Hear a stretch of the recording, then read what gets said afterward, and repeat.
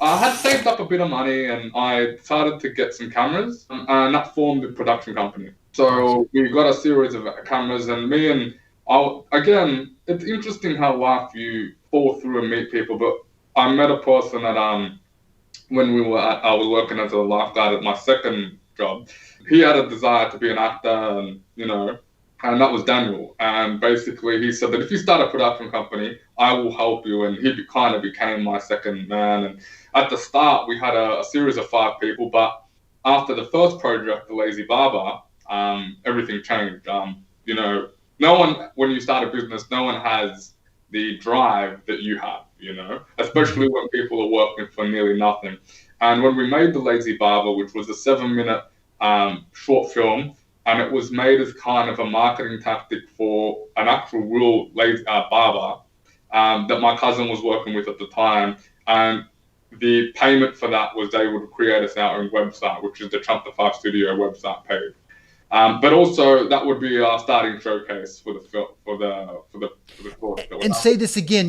How did this tie in? I didn't quite understand what this other business was that they wanted this production. Yeah, my cousin had he was working with a barber, and they had designed beard oils, and the beard for your hair and beard. Yeah, I see.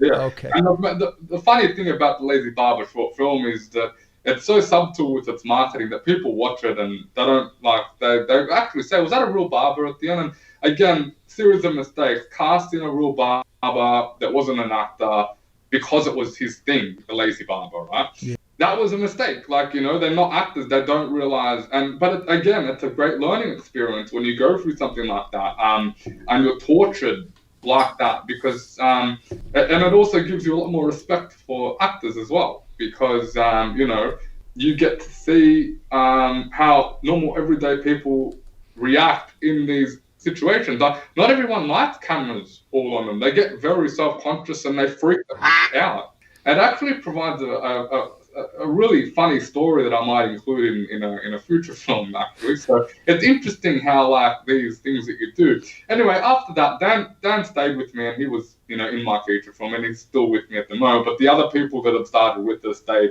basically left. It was too stressful for them. They didn't like the fact we weren't making any money on these short films, but we had to get better. We had to, it wasn't about making these short films with spending thousands of dollars. After I bought the equipment, The Lazy Barber was made on $70, and it made a few festivals. It made the finals of a short and sweet festival. It was really and you could tell the other films were all made on like 10 grand or proper amounts of money, and so that was a nice little thing and reward for everyone that worked on that film. Thanks for checking out this clip from the Selling Your Screenplay podcast. If you'd like to hear the full interview, just go to sellingyourscreenplay.com/podcasts, or to go directly to the episode, just use the link in the show notes.